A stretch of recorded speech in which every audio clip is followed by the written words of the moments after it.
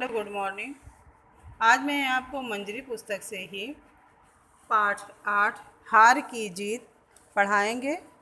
बच्चों, इस पाठ में बाबा भारती और डाकू सुल्तान के बारे में उनके घोड़े सुल्तान के बारे में बताया गया है। और आप शायद डाकू खड्ग सिंह और बाबा भारती की कहानी सुने होंगे। प्रस्तुत पाठ के लेखक सुदर्शन जी हैं। सुदर्शन जी के बारे में थोड़ा सा जानकारी आपको देना चाहेंगे।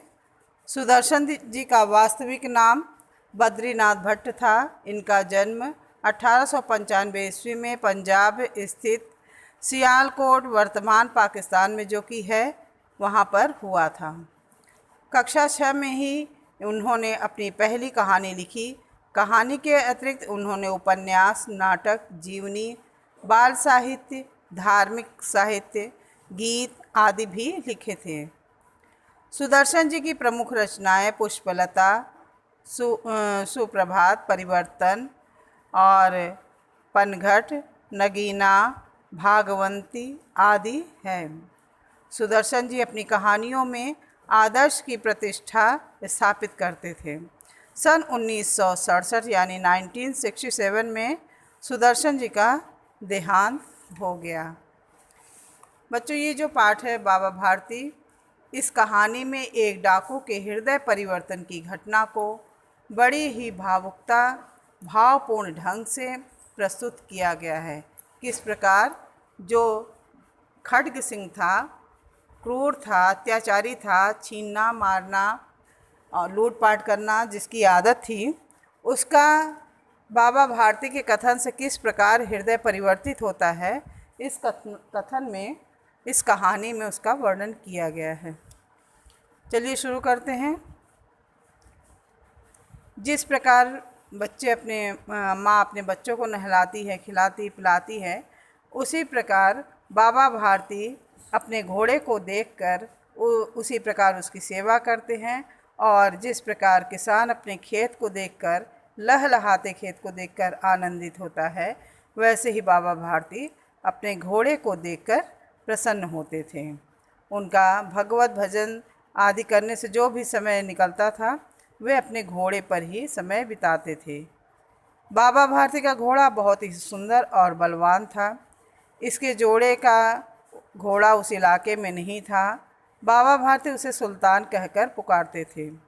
उन्होंने रुपया, माल, असबाब, ज़मीन आदि अपना सब कुछ छोड़ दिया था। यहाँ तक कि उन्हें नगर के ज़मीन से भी घृणा थी।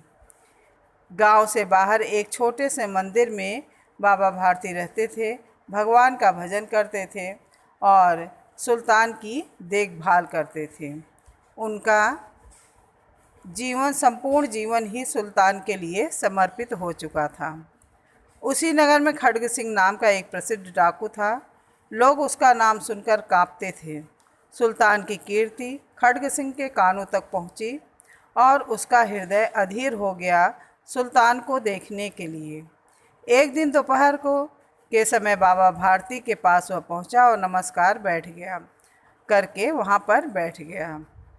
खड्ग सिंह ने सिर झुकाकर कहा कि बाबा भारती ने हाल चाल पूछा तो उसने कहा, आपकी दया है। और संपूर्ण बात होने के बाबा भारती और खड्ग सिंह दोनों अस्तबल पहुँचे। बाबा भारती ने घोड़ा दिखाया घमंड से। खड्ग सिंह तो आश्चर्यचकित था।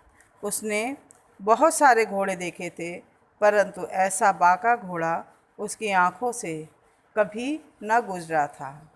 उसने सोच लिया कि यह घोड़ा बाबा भारती के पास न रहने पाएगा, उसे खड्ग सिंह के पास रहना चाहिए। बाबा भारती मनुष्य ही थे, अपनी संपूर्ण वस्तुओं की प्रशंसा करते वो थकते नहीं थे। घोड़े को खोलकर बाहर ले गए। घोड़ा वायु वेग से दौड़ा। उसकी चाल देखकर खड्ग सिंह के हृदय में सांप लौट गया। बाबा भारती से वह कहा कि बाबा मुझे जो आ जाती है, वह उस पर अपना अधिकार समझता है।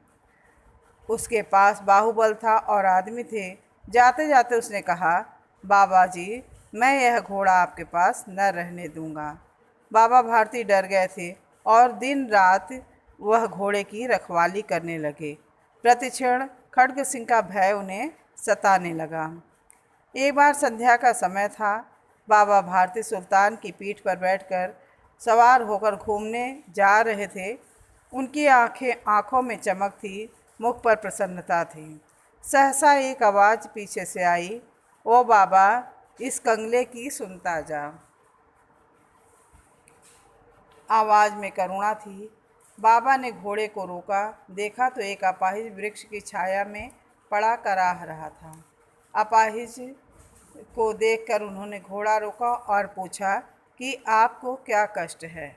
अपाहिज ने हाथ जोड़कर कहा कि मैं दुखिया हूँ, मुझ पर दया करो। रामावाला यहाँ से 3 मील है, मुझे वहीं जाना है।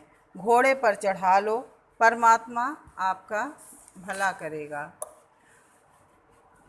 बाबा भारती बहुत दयालु थे।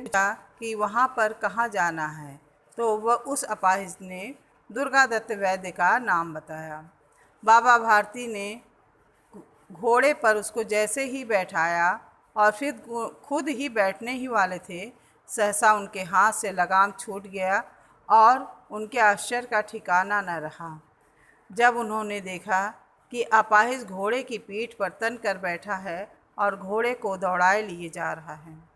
उनके मुख में भय और विस्मय, निराशा से छाई हुई थी। बाबा भारती कुछ देर तक बहुत चुप रहे। इसके पश्चात कुछ निश्चय करके पूरे बल के साथ चिल्ला कर बोले, जरा ठहर जाओ। खड्ग सिंह आवाज़ सुनते ही रुक गया और उसने पूछा, क्या बात है। बाबा भारती ने कहा कि बस एक कृपा करना कि इस घटना को किसी से जिक्र नहीं करना। खड्ग सिंह यह सुनकर आश्चर्यचकित हो गया कि ऐसा बाबा भारती ने क्यों कहा। उसने घोड़ा रोका और पूछा कि आप ऐसा क्यों कह रहे हैं। तो बाबा ने कहा कि अगर इस घटना को किसी को पता चलेगा तो उनका गरीबों पर से विश्वास उठ जाएगा। यह सुनते ही खड्ग सिंह ने सोचा कि ना इन्होंने सुल्तान जिसको अपने पुत्र समान इन्होंने सेवा की, पाला, उसके बारे में कुछ नहीं बोला, उसकी तरफ देखा तक नहीं और सिर्फ एक ही शब्द कहा कि इस घटना को किसी से खुलासा नहीं करना। खड्ग सिंह घोड़े को लेकर चला गया और वह बहुत बेचैन हो उठा।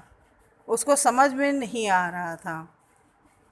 उसे रात भर नींद नहीं आई और बाबा की बात उसके कानों में गूंजती रही।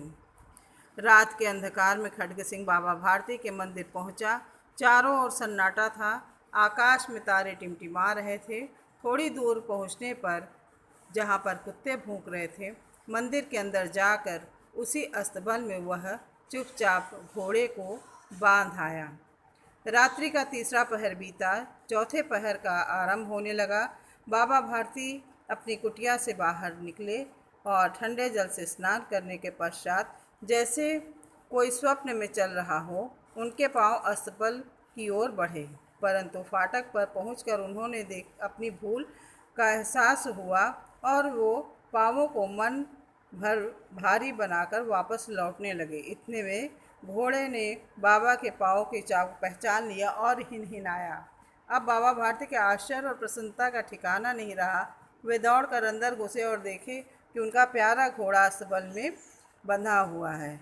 वह उसको पकड़कर रोने लगे, जैसे कोई पिता बहुत दिन के बिछड़े हुए पुत्र से मिल रहा हो। बार बार उसकी पीठ पर हाथ फेरते, बार बार उसके मुंह पर थपकी देते।